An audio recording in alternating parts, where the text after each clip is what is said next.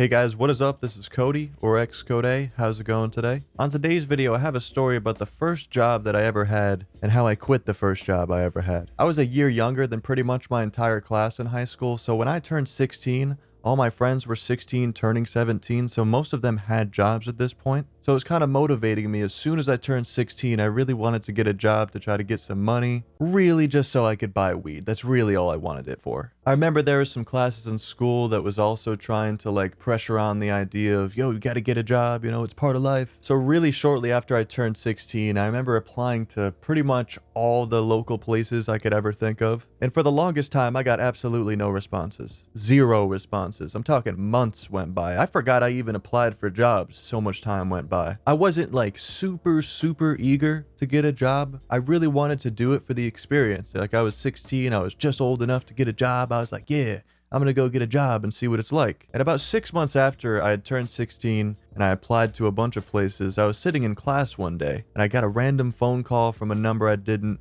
really know, and one of the grocery stores that I had applied for actually called me back and said they want to bring me in for an interview. I was super surprised they even called me at all, because when I went in there to like, hey, you know, here's my application, I want a job, there was a stack of papers. I'm talking there's probably 150, 200 papers in there, and she put mine right at the bottom. So I really don't think that the first impression when I went in there that she wanted me working there. But they called me and said to come on by on Monday, you got the job, and then I would be trained on the following Monday. I was like kind of hyped, you know, a little bit nervous. The place that actually called me back, I said it was a grocery store, but it was the bakery section of a grocery store. So I had no idea what I was getting myself into. Absolutely zero idea. I had asked a couple people that had worked at this grocery store, and they said that was probably the easiest of jobs that you could do. So I was pretty excited. You know, I finally landed a job after 6 months of waiting. I was finally going to have a steady stream of money coming in, and I had finally stopped being the guy that would always be like, hey dude, could I bum a cigarette? So the first day of work that I had was after school one day. I remember riding around with all my friends. They were smoking a blunt, but I didn't smoke any because I didn't want to be stoned for my first day at work. I figured that,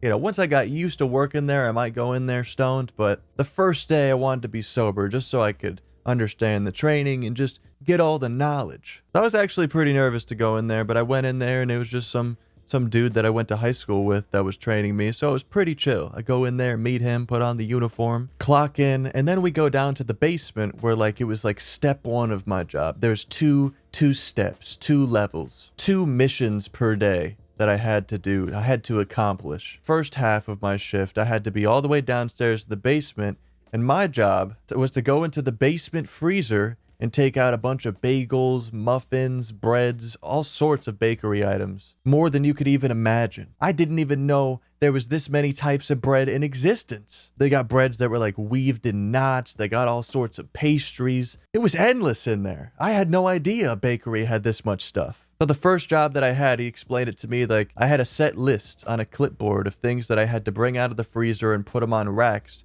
to go and put them onto the elevator. Now, I really wasn't that excited about this because I don't know if I've really mentioned this, but I'm kind of a bitch when it comes to the cold weather. Whenever it gets really cold in the winter time, I really try to stay inside because whenever I'm leaving outside, I got the gloves with the hand warmers in there, but for whatever reason, my hands and my feet just get so unbelievably numb, and it's like this numb pain that I just can't handle. But, you know, they gave me gloves and everything, and it really wasn't that bad. So the first couple days, the first half of the shift, I didn't really mind it at all. And I would just sit there and take like 40 different types of bagels and muffins and breads and just put them on racks and just wheel them over to the elevator. I wasn't allowed to even touch the elevator, but my job was to just put the racks on the elevator and then go tell someone upstairs to push the button upstairs to bring the elevator up. I guess there's a rule that minors can't touch the elevator because someone years before me put it all in the elevator, pushed the button, and the rack wasn't like lined up correctly. So as soon as it hit the ceiling, all the muffins and all the bagels just flew everywhere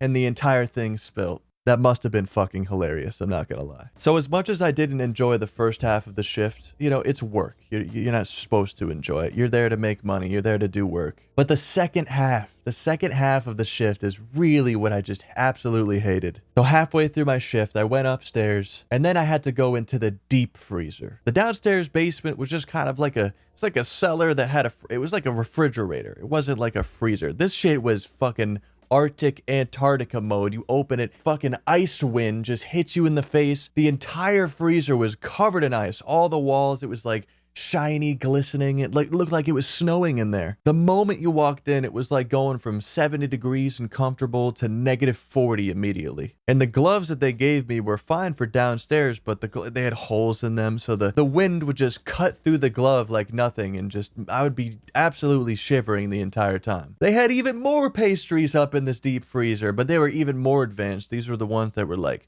carefully folded in really neat patterns, and like raspberry danishes and all sorts of really, really delicious stuff. And the job was pretty much the same. I had to take them out of the freezer in bunches and just bring them all the way around and put them on trays and just stack them in these racks. That was definitely my least favorite part of the entire job, the deep freezer, because it would be going from 70 degrees to Santa's house, back to 70 degrees to what it feels like to chew 5 gum over and over again. And I get that it's not the worst job in the world. There's plenty more, just horrible jobs, but I just really can't handle the cold that well. I didn't really know what the job was signing up for it. After I was done doing the deep freezer stuff, then I had to do a bunch of dishes, which was like all the moldy pastry stuff left over from the day previous. And then I had to sweep and mop up, which I didn't care at all. I actually kind of enjoy mopping and stuff. It's kind of satisfying getting everything nice and clean. But the dishes, dog, those were next level.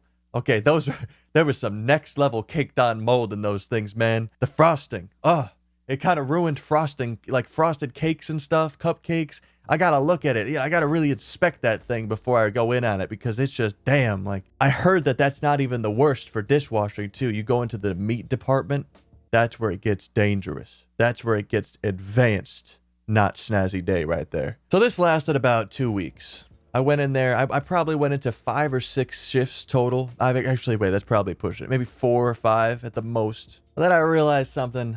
Man, this really, I just fucking hate this. I really hate going in and out of the cold. It's about to be winter time, so it's just gonna be terrible. I'm gonna be going in there, I'm gonna have to wear a coat. And what it really comes down to is me being lazy. Like, it's just, I was like, I was 16, I was like, fuck this job, I don't want to do this anymore. I had zero work ethic. I just wanted to just chill with my friends after school smoking weed. I feel like every time that I went into work, I'd always hear these stories of my friends doing the coolest things. And the days that I wasn't working, we'd just be sitting there, smoking weed, watching Netflix. I swear the planets align whenever you're busy, whenever you have things to do. So here's where I quit. I decided on quitting. It was like, right, I was sitting in class all day and I was like, man, fuck work. I don't want to do this anymore. I want to quit my job today. I started thinking of ways, scheming in my mind, ways that I could quit, make it the easiest way possible. I couldn't think of anything. The shift rolls by, and I do the first half of my job, the first bottom freezer that I didn't really mind doing. But we get up to the deep freezer. Around everybody. Keep in mind, the deep freezer part, when I was down there in the basement in the first part of the shift,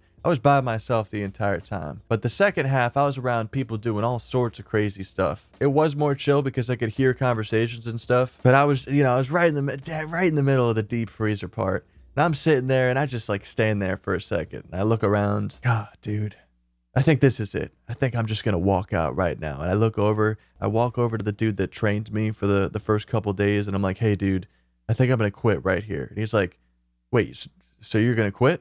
Like, when are you quitting? Like, let us know. And I'm like, I think I'm going to quit right now. And he's like, what? You're just going to walk out right now? And I'm like, yeah, dude. Yeah, I'm just going to walk out, take off my uniform and walk out. And he's like, man, you're really about to do that? Like, that's how you're going to quit? Like, come on, dude. Like, at least finish your work. Like, I'm like, nah, fuck this. Like, I'm just going to quit. And he kind of like smiled like, oh shit. Like, you really about to do this right now? So I'm just like, all right, fuck it. Let's do it, dude. Let's fucking do it. I used to have this like switch in my brain when I was just doing crazy stuff back then. When I would just really commit. Like, if I was going to do something, I would just do it. So I just walk around the counter of the bakery. I walked all the way up to the front counter. I had a brisk in my step, I'll tell you that. I was trying to do this as quick as possible, just so nobody saw me. And as I'm walking up to the counter, I'm taking off my uniform. It's like pulling up my undershirt. It's just an embarrassing time. But I'm doing it in a fluid motion, taking off the shirt, walking up to the counter, put it on the counter, and just walk out like I'm a customer. I think everything's perfect. I get out of the store, I take out a cigarette out of my pocket, light it up. The day is good. Everything's fine. And then I hear, Cody! I turn around. And it's the manager of the store. It's the person that I got interviewed with. It's the person that gave me the job. It's the person that set up everything. The heart drops, dude. I turn around and I stop. Cigarette in hand, in the mouth. As I'm taking a drag, I turn around and look at her We lock eyes. She's got the worst look on her face. Like, wow, this dude's really fucking wasting my time. She comes over to me and she's like, yo, are you quitting right now?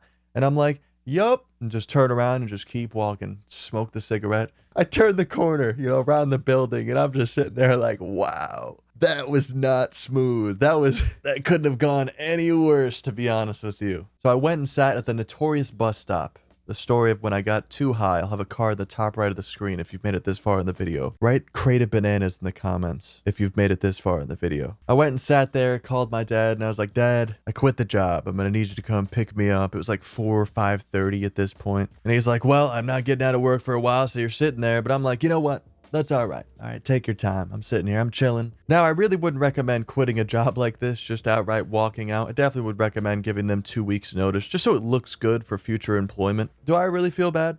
Not really, to be honest with you. I do feel bad about one thing, though, because I found out afterwards that my grandfather knew the owner of this grocery store and actually put in a good word for me. So I kind of made his word look bad. That's the thing I kind of feel bad about. Also, the homie that actually trained me that day had to do the rest of my work that day. So, kind of feel bad about that one. But at the same time, I did do half the day's work at least, okay? Could have just not showed up, no call, no show. But yeah, that's the time that I quit the job. Haven't gone in there since. Figured it's too awkward to go in there. I think at this point, enough time's gone by. Maybe if I got a haircut or something, they wouldn't notice me. So this was actually the only experience that I've ever had outside of YouTube and the internet. Thank you for watching the videos. I really do appreciate it. It's a dream come true that I can make videos that people enjoy watching. Ever since I was about 11 or 12 years old, it's always been a dream of mine to be able to be a YouTuber for a living or just as a job in general. It always seemed like the coolest thing ever. And now that this reality, it's just absolutely mind-blowing to me. So I'm very grateful for that. So thank you for watching the video. I really hope you guys enjoyed.